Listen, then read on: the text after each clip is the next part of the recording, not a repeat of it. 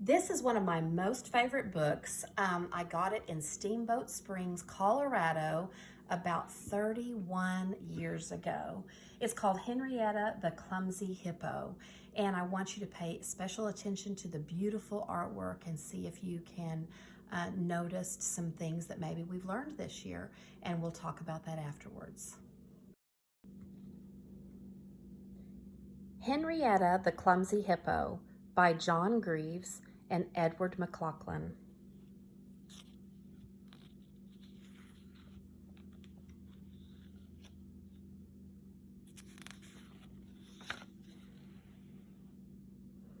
More than anything, Henrietta wanted to dance.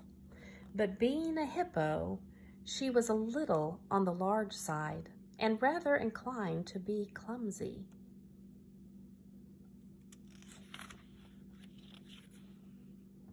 Every morning, Henrietta would put on her ballet shoes and leap away into the forest, knocking over trees, treading on folks' tails, and causing havoc around the waterhole where she lived.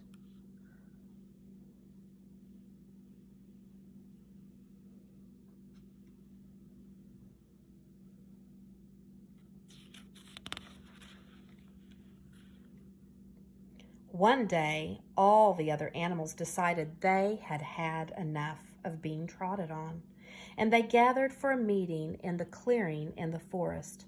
There was a crocodile nursing a bandaged tail, an ostrich, a pair of monkeys holding each other up, and lots of other animals, all with a complaint to make about Henrietta the hippo.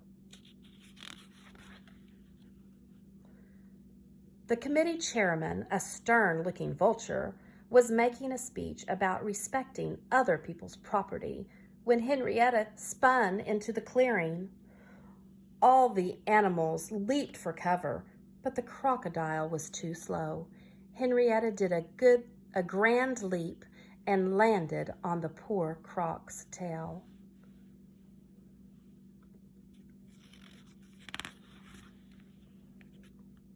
The committee has decided it will have to stop, said the vulture.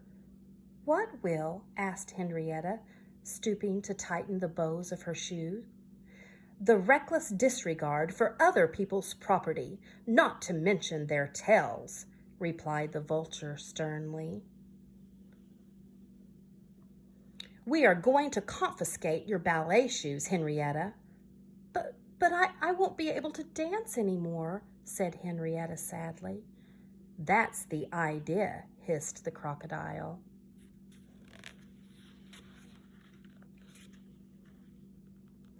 Henrietta wandered through the forest.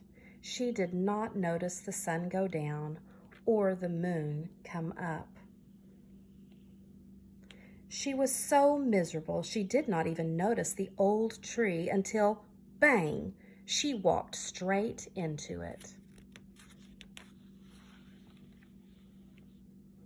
Hey, watch where you're going, said a voice, and a fruit bat climbed out of the hole that Henrietta had knocked him into. You really ought to watch where you're going. Oh, I'm sorry, said Henrietta sadly, but I have always been a rather clumsy hippo. And she told the bat all about her dancing and the committee's decision. The bat thought very hard. Henrietta, he said after a while, I think I may have a solution for you. Without wishing to be rude, you are a little heavy to go leaping around the jungle. But if you were to dance underwater, you might appear much lighter. You could dance all day and not worry anyone. Henrietta was thrilled. She leaped up and gave the bat a big kiss, knocking him back into his hole. Then she ran as fast as her fat little legs would carry her until she reached the water hole. As soon as it was light out, Henrietta stood by the edge, took a deep breath, and did a spectacular leap into the water. She stood on the bottom of the water hole, bent her knees, and launched herself into one of her grand leaps. Gracefully, she floated through the water and landed about 20 feet away. My goodness, thought Henrietta, that was rather good, and not a damaged tail in sight.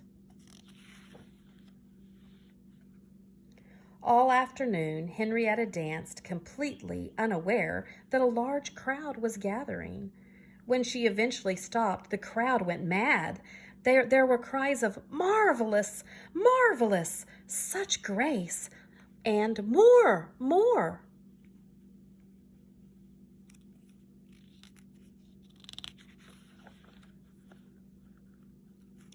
The news that a very graceful hippo had been seen dancing underwater spread quickly.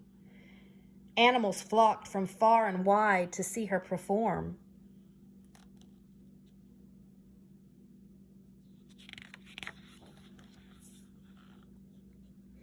Henrietta visited waterholes all over the jungle to make guest appearances, but she always returned to her own little waterhole, where she was now known as Henrietta the Dancing Hippo.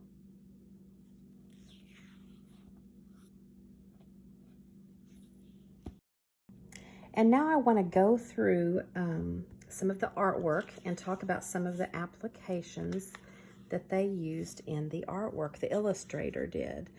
You can see that the colors are very translucent, and you can almost see the background color behind these grays and these pinks. You can see it's kind of a watercolor technique.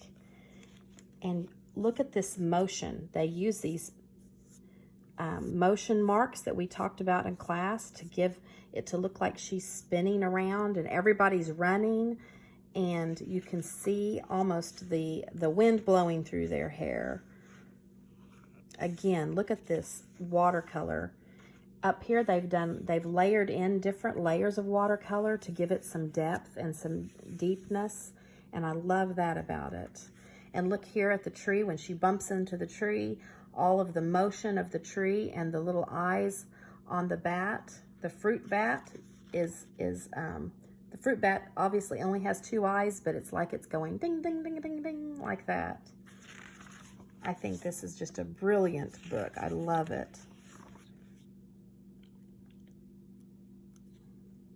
Right here in her nose, you can see the cross hatching that we learned that creates kind of a shadow inside her nose. And here there's a larger cross hatch that gives it the idea of motion and that she's diving through the air. And these little splashes and even the little cross hatching under this frog, this little turtle, the little ripple motions in the water.